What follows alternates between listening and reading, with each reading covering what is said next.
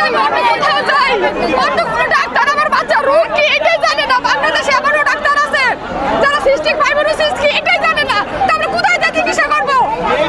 আজকে এক মাস যাবত আমার বাচ্চাদের দেশের ভুল হচ্ছে না।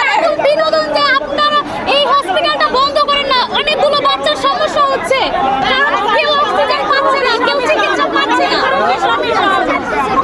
আমার কথা হচ্ছে আমি চিকিৎসা কেউ দেবে না,